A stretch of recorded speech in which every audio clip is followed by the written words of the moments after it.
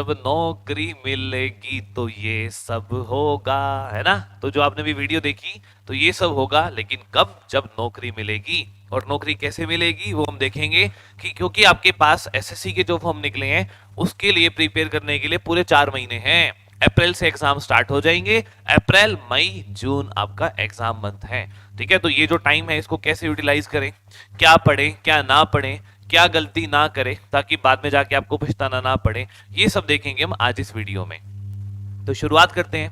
पहले मैं आपको बता दूं कि आपका जो पैटर्न है एसएससी सीजीएल का प्री का, उसमें क्या होता है, reasoning 25 question 50 number, GK 25 question 50 number, math 25 question 50 number, English 25 question 50 number, यानी 100 क्वेश्चन आते हैं 200 नंबर के। लेकिन जो आपका प्री का पेपर होता है ना, उसका लेवल बहुत ज्यादा नहीं होता, काफी नॉर्मल सा लेवल रहने लग गया पिछले कुछ साल में। और मेंस का लेवल अच्छा लेवल होता है, लेकिन वो जो नॉर्मल लेवल है उसके हिसाब से कट ऑफ भी तो हाई जाएगी ना। अरे जितना आसान पेपर होगा उतनी कट ऑफ ज्यादा जाएगी, ये तो आप लोग जानते हैं। तो आपने देखा पिछले कुछ सालों में जो कट ऑफ है वो बढ़ती जा रही है, बढ़ती जा रही है। हाँ, इस बार 132 के अप्रोक्स आई है, उससे पहले 137 भी थी।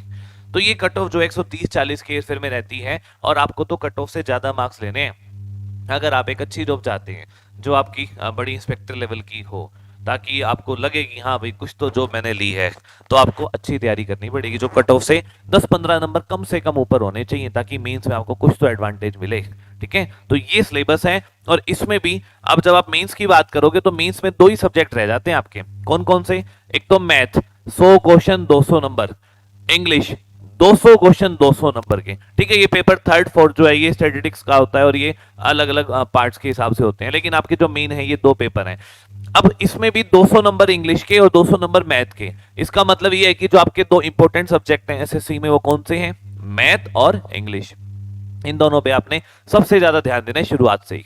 प्री में दोनों 50-50 नंबर लेते हैं और मेंस में दोनों 200-200 नंबर लेंगे ये सब्जेक्ट, तो इसीलिए आपने फोकस इन्हीं पे करना है। और शुरुआत में जब आप पढ़ना शुरू कर रहे हो आपने सबसे ज्यादा मैथ को टाइम देना है, फिर आपने इंग्लिश को टाइम देना है, फिर आपने रीजनिंग और जीके को देना है। तो मैथ का टाइम देने का लॉजिक ये है क्योंकि मैथ में सबसे ज्यादा कैलकुलेशंस होती है, कंसेप्ट होते हैं, आपको उसमें प्रैक्टिस करनी पड़ती है। मैथ एक प्रैक्टिस बेस्ड सब्जेक्ट है, तो आपको उसमें टाइम ऑब्वियस ही बात है ज्यादा लगेगा ही लगेगा। लेकिन अब क्योंकि एग्जाम को 4 महीने रह गए, अब आप ये भी नहीं कर सकते कि मैं सुबह से लेकर शाम तक मैथ पढ़ता रहूं और उसके बाद अपना एग्जाम देने निकल जाऊं, क्योंकि प्री से पहले आपको कुछ मॉक टेस्ट भी देने पड़ेंगे, आपको प्रैक्टिस करनी पड़ेगी, अपने वीक टॉपिक निकालने पड़ेंगे। तो ये सब चीजों पे आपने एक साथ काम करना है। तो देखते हैं आगे। उसके बाद आप देखोगे टीयर 3 में आपका डिस्क्रिप्टिव पेपर होता है, 100 नंबर का होता है। फिर टीयर 4 जो होता है उसमें आपके टेस्ट होता है और सीपीटी टेस्ट होता है, जो कंप्यूटर का टेस्ट होता है। ये बात की बातें हैं। सबसे पहली चीज है टाइम टेबल। मैं कह रहा हूं आपने बहुत वीडियो देख ली होंगी कि भाई अपना टाइम टेबल ऐसे सेट करो, ऐसे सेट करो, आपको ये पढ़ना है वो पढ़ना है, इस तरीके से अपने दिन को प्लान करो। मैं कह रहा हूं आपको किसी की कोई इस बात सुनने की जरूरत नहीं है। आप किसी भी वीडियो को देखोगे ना तो आपको 2 दिन 3 दिन तक तो उस वीडियो के अकॉर्डिंग अपने माइंड को सेट करोगे, उसके बाद आपका रूटीन अपने आप चेंज हो जाएगा। टाइम टेबल आपको किसी और की ना सुन के खुद की सुननी है कि मेरा टाइम टेबल मेरे अकॉर्डिंग होगा, ना कि किसी और के अकॉर्डिंग।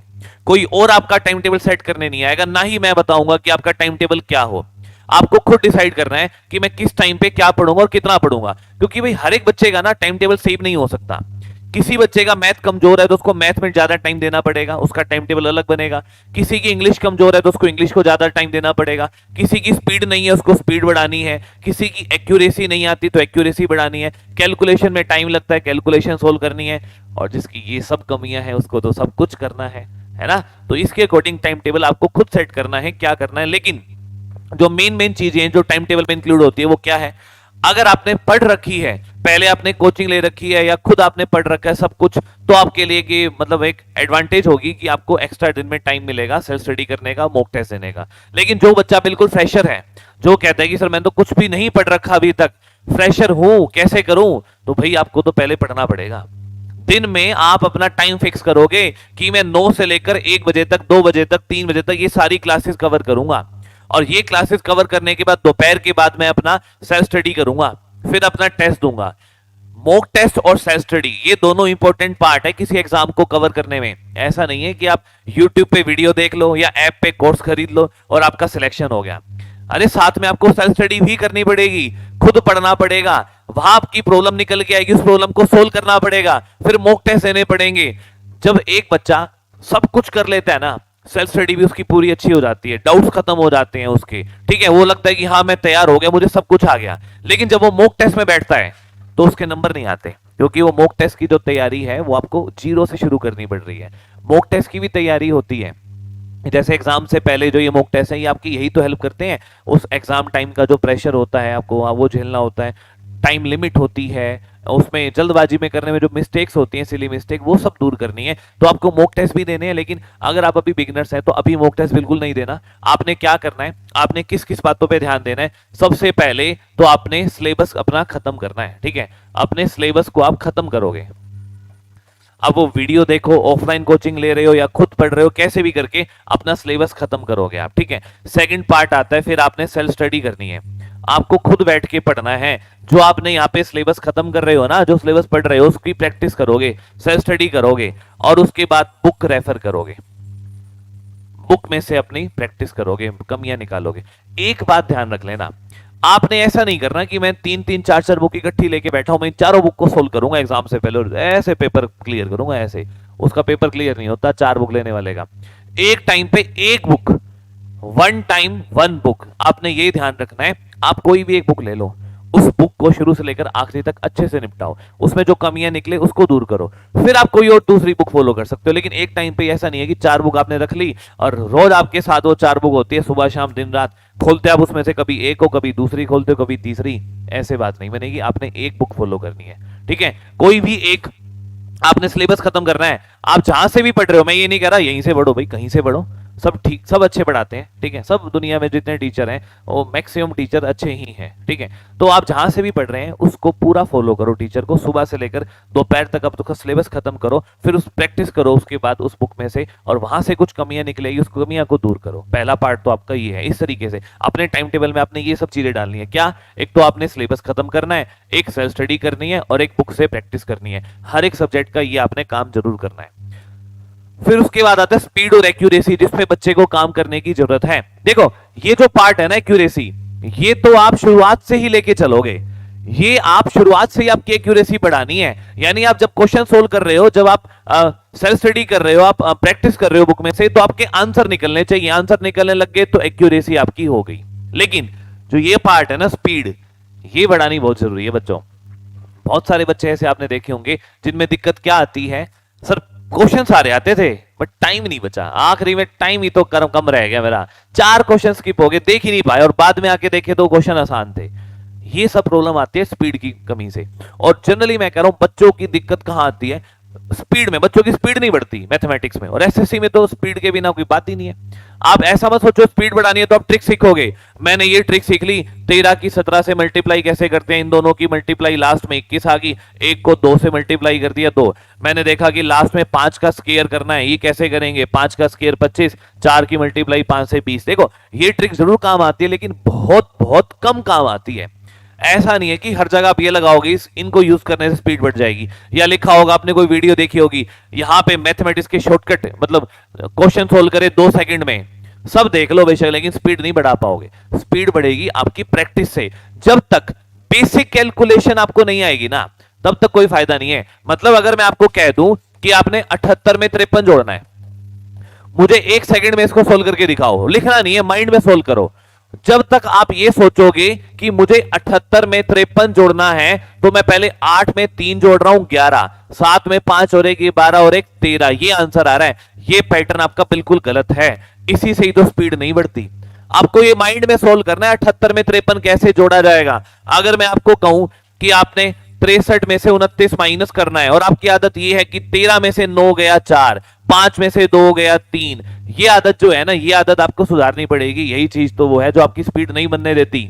ये सब दिमाग का खेल है। अपने दिमाग की आप प्रैक्टिस जितनी शुरुआत से करोगे, जिस चीजों को ये इन चीजों की जो कैलकुलेशन है ये आप दिमाग में करना शुरू करोगे ना, आपका दिमाग अपने आप एडॉप्ट करता रहेगा। पहले छोटी छोटी कैलकुलेशन दिमाग सोल्व करना शुरू करेगा, उसकी आदत होगी तो बड़ी चीजें भी कर पाओगे आप। अगर इस तरीके से आपके टीआई का कोई क्वेश्चन आया कि इन सब की आपको एवरेज निकालनी है, ठीक है, ऐसे नंबर की एवरेज निकालनी है, तो मैं इन चारों को जोड़ने के लिए अपने दिमाग में ही सोल्व करूंगा। ये मैं लिखूंगा नहीं, ना ही मैं ये करूंगा कि 3 और 9 12 और 7 19 और 3 22, ऐसे नहीं। ये चीजें आपको इंप्रूव करनी पड़ेगी। तो आपको डेली 15 मिनट से लेकर आधा घंटा आपको इसकी प्रैक्टिस करनी है, कैलकुलेशन की। हाँ, इतना जरूर कहूंगा कि कैलकुलेशन की जो प्रैक्टिस है उसकी मैं आपकी बहुत अच्छी करवा सकता हूं। जो कैलकुलेशन का बैच लेके आ रहा हूं वो सभी बच्चों के लिए है। आप देखना उस बैच को अगर आप ढंग से कर लोगे ना, जो मैं कह रहा हूं उस बैच में आप वो कर लेना, आपकी स्पीड ना बढ़े तो मेरा नाम बदल देना। मेरे उस कोर्स से बेशक मुझे बता देना कि सर कोई फायदा नहीं हुआ इस कोर्स से, अगर ऐसा हो तो। लेकिन वो तब जब जो मैं कहूंगा वो सब कर लेना। दिन में आधा घंटा कैलकुलेशन को दे दो, मैं देखता हूं क्यों नहीं स्पीड बढ़ेगी। अरे जब हमारी बढ़ चुकी है, हमारी स्पीड कैसे बढ़ती है? अब मेरी स्पीड इतनी ज्यादा कैसे है कि मैं इनको फटाफट सोल्व कैसे कर पाता हूं? क्यों?